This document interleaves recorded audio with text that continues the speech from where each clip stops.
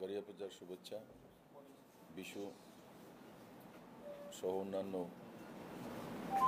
যে ফেস্টিভ্যালগুলি আছে তার জন্য আমি সবাইকে সাধুবাদ জানাই, শুভেচ্ছা জানাই। বন্ধুরা, নির্বাচন তো নির্বাচনে স্বাভাবিক সাংবাদিক বন্ধুরা নির্বাচনী প্রেস কনফারেন্সে চায়। एक तो माननीय प्रधानमंत्री नरेंद्र भाई मोदी কালকে আস্তাবল ময়দানে দুপুরে আসছেন, আর সেটা ত্রিপুরার জন্য একটা প্রেস্টিজিয়াস ইভেন্ট বা প্রেস্টিজিয়াস কার্যক্রম। কারণ কি প্রথমবার দেশের কোনো প্রধানমন্ত্রী কোনো ফেজের ইলেকশন যে স্টার্ট হতে যাচ্ছে ফার্স্ট ফেজ, আর তার লাস্ট দিন প্রচার আমাদের ভূমি ত্রিপুরা রাজ্য করে ওনার শেষ প্রচার। এটা পুরো ভারতবর্ষের মধ্যে মেসেজ যাবে লাস্ট প্রচার নরেন্দ্র মোদী কোথা থেকে করেছে, আর ওখান থেকে উনি মেসেজ দেবেন। কারণ লাস্টের যে প্রচার হয় সেখানে মেসেজটা দেন উনি সারা ভারতবর্ষে। সেটা জাতি ধর্ম বল মত নির্বিশেষে 40 লক্ষ ত্রিপুরাবাসীর জন্য এটা গৌরবের দিন। আমি তার জন্য আপনাদের মাধ্যমে সমস্ত ত্রিপুরাবাসীকে আমি অনুরোধ করব, মাননীয় প্রধানমন্ত্রী যে সম্মানটা আমাদেরকে দিয়েছেন যে উনি লাস্ট প্রচার ত্রিপুরার নর্থ ইস্টের ঈশান কোণের ত্রিপুরেশ্বরী মায়ের ভূমি থেকে করবেন, আর এখান থেকে পুরো দেশকে সন্দেশ দেবেন, এটা অত্যন্ত আমাদের জন্য গর্বের বিষয়। আর এটা একমাত্র নরেন্দ্র ভাই মোদীই করতে পারেন, অন্য কোনো প্রধানমন্ত্রী করেছেন কিনা আমার মনে নেই। আপনারা একবার দেখে নেওয়া দরকার। আর আপনাদের মাধ্যমে আমি এখনও সমস্ত ত্রিপুরাবাসীকে স্বাগত জানাই যে ত্রিপুরা আস্তাবল ময়দানে কালকে 12:30 থেকে 1টার মধ্যে পৌঁছে যাওয়ার জন্য আপনারা স্বাগত। দ্বিতীয় বিষয় হচ্ছে বন্ধুরা, এখানে কংগ্রেস এবং সিপিএমের অ্যালায়েন্স হয়েছে। কংগ্রেস একটাতে প্রার্থী দিয়েছে পশ্চিমে, পূর্বে কমিউনিস্ট পার্টি দিয়েছে। আর এরা বলেন এরা ইন্ডির অ্যালায়েন্স, তাদের কি এখন কংগ্রেস সিপিএম অ্যালায়েন্স বলেন না। যারা কংগ্রেসও আজকে নেতৃত্ব সিপিএমের সঙ্গে ইলেকশনে গিয়েছেন মানে একসঙ্গে, ওনারাই একসময় পশ্চিমবাংলাতে যখন সিপিএম কংগ্রেস এক জায়গায় এসেছিল তখন ওনারা ওইদিকে না গিয়ে তৃণমূল কংগ্রেসে গিয়েছিলেন। কারণ সিপিএম কংগ্রেস এক জায়গায় হওয়াতে এখানে কংগ্রেস করতে তাদের অসুবিধা হবে। আর এটাই ত্রিপুরা মানুষের সামনে রেখেছেন, দেখো আমরা কত কমিউনিস্ট বিরোধী, কংগ্রেস কমিউনিস্ট ওয়েস্ট বেঙ্গলে একসঙ্গে হয়ে গেছে, তার জন্য আমরা কংগ্রেস পরিত্যাগ করে তৃণমূলে গিয়ে যাচ্ছি। তারপর তৃণমূল ত্যাগ করে পরবর্তী সময় বিজেপিতে এসছে, তারপর আবার বিজেপি ত্যাগ করে আবার কংগ্রেসে গিয়েছে।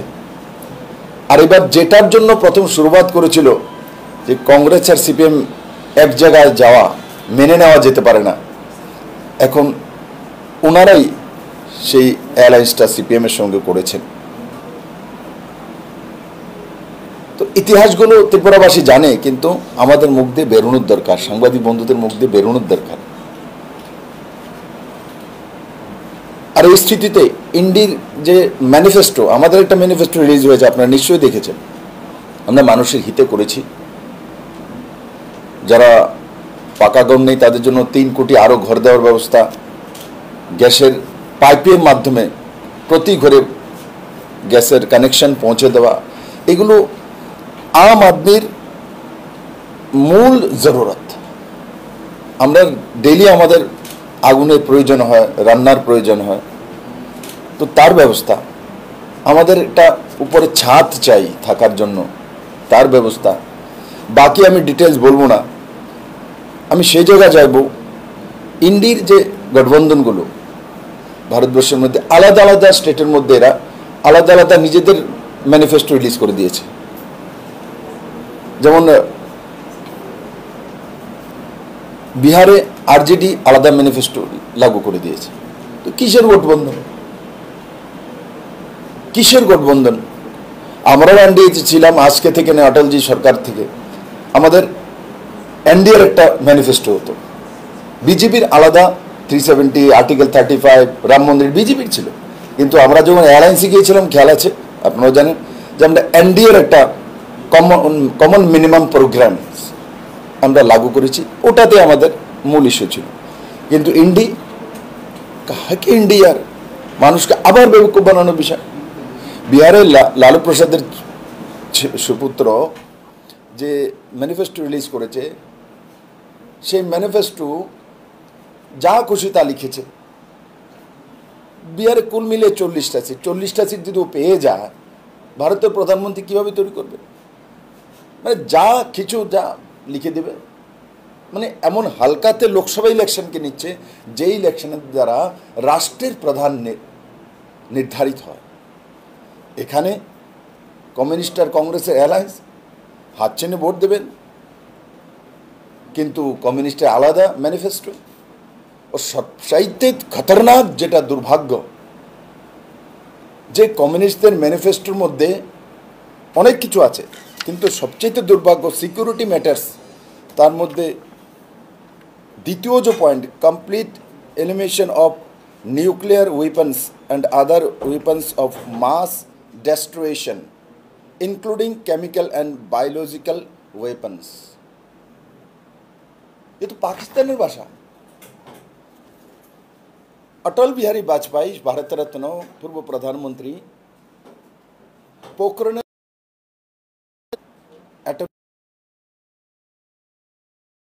परीक्षण समस्त शक्तिशाली पाबंदी लागानो हलो आर्थिक पाबंदी। কিন্তু পরবর্তী সময় অটলজির রণকৌশলের কারণে আর ভারতবর্ষ বড় বাজার, এনারা ধীরে ধীরে সেই আর্থিক পাবন্দি উঠিয়ে নেওয়া হলো। কিন্তু ভারতবাসী याद করুন সাংবাদিক বন্ধুরা, আপনারা যখন নিউক্লিয়ার পরীক্ষণ করা হলো পোখরণে, क्या আমরা গর্ব করিনি? क्या ভারতবাসী কেউ নারাজ ছিল? আমরা কোন জায়গায় ছিলাম প্রত্যেকটি ভারতবাসী? যেমন না খেয়ে থাকবো একবেলা, লাকিয়ে যা আর্থিক পাবন্দি ঠিক আছে, কিন্তু আমরা নিউক্লিয়ার শক্তিধর দেশ হিসেবে আত্মপ্রকাশ করবই। আর কমিউনিস্ট ম্যানিফেস্টোতে ক্লিয়ার বলছে যে ডেস্ট্রয় করে দেবে, বলে চীন বলে।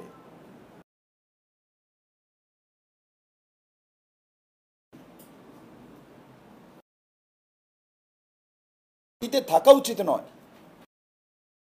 যারা কমিউনিস্ট পার্টির নেতৃত্ব, এদেরকে অন্য দেশে চলে যাওয়া উচিত।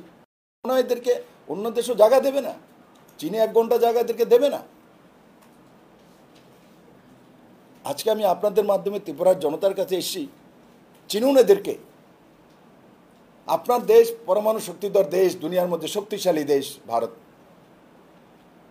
ইকোনমিক্যালি ভারত আজ 5ম ইকোনমি দুনিয়ার মধ্যে। সেলফোন উৎপাদনে আমরা 2য় স্থানে আছি, স্টিল উৎপাদনে আমরা 3য় স্থানে আছি, দুধ উৎপাদনে আমরা 1ম স্থানে আছি, মোটা আনাজ উৎপাদনে আমরা 1ম স্থানে আছি, অটোমোবাইল উৎপাদনে আমরা 3য় স্থানে আছি দুনিয়ার মধ্যে। এই স্থিতিতে এই ধরনের ম্যানিফেস্টো রিলিজ করা মানে টোটালি, আমি আপনাকে ওই পেজটা আপনাদেরকে দিয়ে দেওয়া হবে, টোটালি আপনি যখন পড়বেন আপনার মাথা খারাপ হয়ে যাবে যে আমাদের যত বেস আছে আর্মিদের, সমস্ত বেস এরা গুটিয়ে নিয়ে আসবে। মানে ভারতকে শেষ করে দেওয়ার বন্দোবস্ত। ভারতের মানুষ ওনারাদেরকে পছন্দ করছে না, ওদেরকে ভোট দিচ্ছে না, তার জন্য ম্যানিফেস্টো রিলিজ করেছে। এই ম্যানিফেস্টো রিলিজ করে পাকিস্তানকে আর চীনকে খুশি করার জন্য, ওখান থেকে না ওনাদেরকে ফান্ডিং করা হয়। কি অবস্থা! দেশ বিক্রি করে খাবো। আরে আমরা মরে যাব, তবু দেশের রাষ্ট্রের সিকিউরিটির সঙ্গে কম্প্রোমাইজ করবো না, দরকার হলে এক বেলাও না খাবো, স্বাভিমানে থাকবো। উই আর ইন্ডিয়ান, আমরা ভারতবাসী। এ দেশ গান্ধীর দেশ, এ দেশ সর্দার বল্লভভাই প্যাটেলের দেশ, এ দেশ নেতাজি সুভাষচন্দ্র বোসের দেশ, রবীন্দ্রনাথের দেশ, বিবেকানন্দের দেশ। আর এই দেশে এসে কমিউনিস্ট 2024-এ যখন গুগলের জামানা, তখন এই ধরনের ম্যানিফেস্টো রিলিজ করে, আমি বাকিগুলো পড়ছি না, সবগুলো পড়লে আপনাদের ভয় লাগবে, আতঙ্ক লাগবে, মনে হবে যে কোন আতঙ্কবাদী এটা রিলিজ করেছে। কোন রাজনৈতিক দল কিভাবে এইসব ম্যানিফেস্টো রিলিজ করতে পারে? আমি ধিক্কার জানাই এবং ত্রিপুরার মানুষের কাছে আমি আবেদন জানাই, এই ধরনের জোট, এই ধরনের অনৈতিক ভাবনা, রাষ্ট্রবিরোধী ভাবনা, তাদেরকে ধিক্কার জানান। আর এই ইলেকশনে তাদেরকে সঠিক রাস্তা দেখান। আর আপনাদের মাধ্যমে এ রাজ্যের কমিউনিস্ট পার্টির সবচাইতে বয়োজ্যেষ্ঠ নেতৃত্ব, যিনি 4 বার মুখ্যমন্ত্রী ছিলেন, কথায় কথায় বারবার সংবিধান বাঁচানোর জন্য এবার উনি হাত চিহ্নে ভোট দেবেন, উনি রাষ্ট্র বাঁচানোর জন্য, রাষ্ট্রের অস্তিত্ব বাঁচানোর জন্য। ওনার ম্যানিফেস্টো কি রাষ্ট্রের অস্তিত্ব বাঁচাচ্ছে? ওনার ম্যানিফেস্টো কি সংবিধান রক্ষা করছে? আমি প্রথম দিন থেকে বলেছি, এরা ভারতকে ভালোবাসে না, ত্রিপুরার মাটিকেও ভালোবাসে না। এদের পার্টি সর্বস্ব, পার্টি যা বলবে তাই করবে, না ভারতের সংস্কার বোঝে, না ভারতবর্ষের রীতিনীতি। আর তার জন্যই তো মানিকবাবু, মানিক সরকার বিলুনিয়াতে গিয়ে বলছেন, রামলালার যদি ভগবান হয়েই থাকে, ওনার বলার টোন কি? এটা বিশ্বাস, ভারতবাসী বিশ্বাসের উপর আপনি আঘাত আনছেন, আমাদের সংস্কৃতি, আমাদের সনাতন উপরে। তারপর আপনি কোথায় যাচ্ছেন? যে প্রধানমন্ত্রীর কি দরকার সেখানে প্রাণ প্রতিষ্ঠা করা? ও তো ভগবানই, তাতে হবে প্রাণ প্রতিষ্ঠা? আপনার কমন সেন্স পর্যন্ত নেই। আপনি রাষ্ট্রের বিষয়ে জানেন না, আপনি সনাতনকে জানেন না, ভারতের রীতিনীতিকে জানেন না। আপনি যে স্টেটের মধ্যে মুখ্যমন্ত্রী ছিলেন, এখানে দুর্গা পূজা হয়, কালী পূজা হয়, লক্ষ্মী পূজা হয়, সরস্বতী পূজা হয়, মূর্তি পূজা হয়। মূর্তির প্রাণ প্রতিষ্ঠা করতে হয়, যতক্ষণ পর্যন্ত না দুর্গা তৈরি করার পর, বানানোর পর প্রাণ প্রতিষ্ঠা না হয়, ততক্ষণ পর্যন্ত সে ভগবানের প্রতিমূর্তি হিসেবে আমরা তাকে মানি না। সেটা মাত্র একটা মূর্তি তৈরি হয়েছে, যখন প্রাণ প্রতিষ্ঠা করে দেওয়া হয় তখন আমরা মানে মা দুর্গা আমাদের সামনে আবির্ভাব হয়েছে। এটা পর্যন্ত আপনার এই বয়সে খেয়াল নেই। তা আপনারা সবসময় ভারতীয় চিন্তাধারা, ভারতীয় ব্যবস্থা, ভারতীয় রীতিনীতি, এগুলোর মধ্যে আঘাত করা। 2018 ত্রিপুরার মানুষ এভাবে আপনাদেরকে বিদায় দিয়েছে, তারপরও আপনাদের শিক্ষা নেই। আপনারা আবার ত্রিপুরাকে ওই আপনাদের এই ঘিসা পিটা অমানবিক মেকানিক্যাল ব্যবস্থার দিকে নিয়ে দিতে চাইতেন। আজ ত্রিপুরা রাজ্য এক আশার আলো দেখেছে, নজওয়ানরা নিজেরা কাজ করতে শিখেছে। আপনারা বসে বসে 35 বছর শাসন করেছেন, পঙ্গু করেছেন নজওয়ানদেরকে। আমি যখন বলেছি যে প্রত্যেকটা নজওয়ান, একটা নজওয়ান যখন না বসে থাকে 2018 বলার পর, আমার উপরে হাসি ঠাট্টা করেছেন আপনারা। আমি বলেছি যাও গিয়ে কোনো না কোনো কাজ করো, মুরগি পালো, হাঁস পালো, পানের দোকান দাও, কিন্তু বিনা কাজ না বসে থাকা। আজও বিপ্লব দেব বলে বিনা কাজ আমার একজন নজওয়ান যাতে না বসে থাকে। বিনা কাজ বসে থাকলে অলস মস্তিষ্ক শয়তানের ভাষা। আমি কোনো কিছু কাজ করলে আমার 1 পয়সা রোজগার হবে, আমি মা বাবাকে, পরিবারকে সাহায্য করতে পারবো, নিজেকে দাঁড় করাতে পারবো। এক ইন্ডিপেন্ডেন্ট মানসিকতা কয়, নিজের স্বরোজগারী মানসিকতাই এক সুন্দর ব্যক্তিত্ব দিতে পারে। বিপ্লব দেব এটা বোঝে, কারণ কি বিপ্লব দেব এমন পরিবার আর এমন দশা থেকেই উঠেছে। কারণ আমার কাছেও 1 পয়সা পুঁজি ছিল না, নিজের পরিশ্রম করেই আমি জামজুরি থেকে দিল্লি পর্যন্ত গিয়েছিলাম। আর সেখান থেকে পরিশ্রম করেই রিক্সা চালাই, বাইসাইকেল চালাই, যা করি ওখান থেকে সব কিছু ধীরে ধীরে নিজেকে পরিশ্রম করে দিল্লিতে নিজেকে এস্টাবলিশ করে তারপর পার্টি আমাকে এখানে কাজে পাঠিয়েছে। বাকিটা আপনারা সবটা জানেন। তাই আমি ভাবি আমার মতো যাতে বাকি সব নজওয়ানরাও, আমি যদি শূন্য থেকে এই জায়গায় পৌঁছতে পারি, বাকি ত্রিপুরার নজওয়ানরা কেন পৌঁছতে পারে না? তারাও তাদের মধ্যে বিপ্লবদের চাইতে অনেক বেশি কোয়ালিটি আছে। আমি ত্রিপুরা ইউনিভার্সিটিতে যাই, কলেজে যাই, স্কুলে যাই, তাদের মধ্যে যে কোয়ালিটি আছে তার আমি সরাহনা করি। এবং এরা নিশ্চিত মোদি যেটা চাইছে যে শক্তিশালী যুবা ভারত কে নির্মাণ করবে? মানিক সরকার নির্মাণ করবে, এরা নির্মাণ করবে। যুবা ভারত তো যুবারা তৈরি করবে, 18 থেকে 30 বছরের ছেলেমেয়েরা যারা আছে এরা তৈরি করবে। আজকে আমি গর্ব করি, আমি সরকারে যখন মুখ্যমন্ত্রী ছিলাম স্টার্ট আপ ত্রিপুরাতে শুরু করেছিলাম। আজকে 36টা স্টার্ট আপ রেজিস্টার্ড আছে ত্রিপুরাতে। আর নর্থ ইস্টে প্রায় 10,000 ছেলে মেয়ে স্টার্ট আপের মাধ্যমে রোজগার করে, আর তাতে 1000 করোড় ইকোনমি। এটার নাম হচ্ছে নরেন্দ্র ভাই মোদী। যুবা ছাড়া দেশ নেই, যুবারাই ভবিষ্যৎ, যুবাই এনার্জি, যুবাই সব কিছু। তাই আপনাদের মাধ্যমে আবারও আমি সমস্ত ত্রিপুরাবাসীকে বলবো, আগামী 19 তারিখ নির্বাচন রয়েছে, 26 তারিখ ত্রিপুরাতে নির্বাচন রয়েছে। এই কংগ্রেস আর কমিউনিস্টদেরকে এই যে আমি বললাম নিউক্লিয়ার ওয়েপন ডেস্ট্রয় করার যে ওরা নির্ণয় নিয়েছে, বাকি যে আমাদের আর্মি বেস সব শেষ করার, তার মধ্যে সমস্ত আর্মি বেস শেষ করে দেব। কি বলছে? রাষ্ট্রকেই শেষ করে দেওয়ার ব্যবস্থা, পাকিস্তানের হাতে তুলে দেওয়ার ব্যবস্থা, চীনের হাতে তুলে দেওয়ার ব্যবস্থা। চীনের সঙ্গে লেখা আছে চীনের সঙ্গে সব মিটিং করে শেষ করে, পাকিস্তানের সঙ্গে সব মিটিং করে শেষ করবে। চীন আর পাকিস্তান নিয়ে ব্যস্ত আছে, তার মধ্যে ভারতের কিচ্ছু নেই। ত্রিপুরাতে কী করবে? কিচ্ছু নেই। কেরালাতে কী করবে? কিচ্ছু নেই। 140 কোটি ভারতবাসীর জন্য কী করবে? নেই। আমাদের সিকিউরিটির জন্য কী করবে? এখানে কিচ্ছু নেই।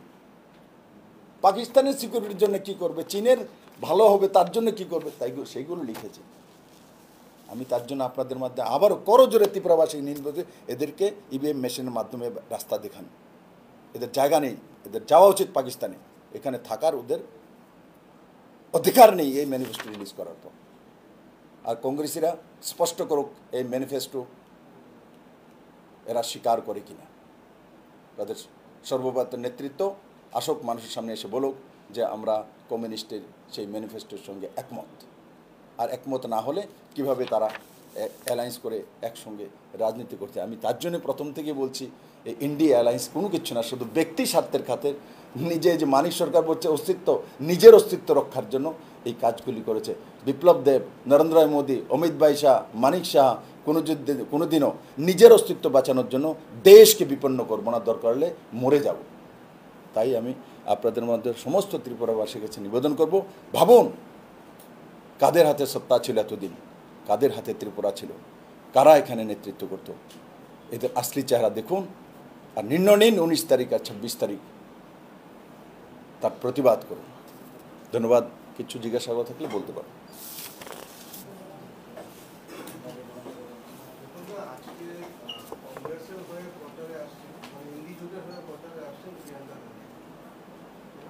ভালো হয়েছে তো, যে প্রচারে আসছে ওনাকে জিজ্ঞাসা করো। নিউক্লিয়ার ওপেন ডেস্ট্রয় করার নির্ণয় নিয়েছেন ম্যানিফেস্টোর মধ্যে। ভারতবর্ষের সমস্ত এয়ার বেস, সমস্ত আর্মি বেস, যেখানে ভারত মহাসাগর হোক, বঙ্গোপসাগর হোক, যেখানে আছে সবগুলো গুটিয়ে নেবে।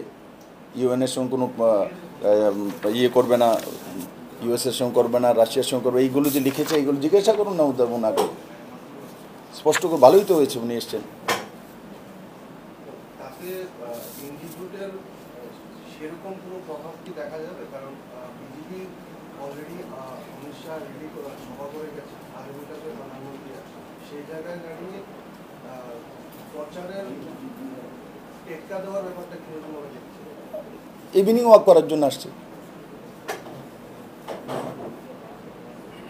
এখানে ত্রিপুরা তো অনেক লোক করে, তোমরাও করো ইভিনিং ওয়াক, আপনারাও করেন, ওনারাও করার জন্য হচ্ছে ইভিনিং ওয়াক করেন। আপনারা গিয়ে সঙ্গে আপনারাও যান, ওয়াক করলে শরীরটা ভালো থাকবে।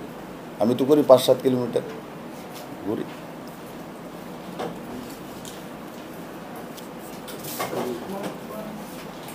ঠিক আছে, তোমরা আসবে। হ্যাঁ।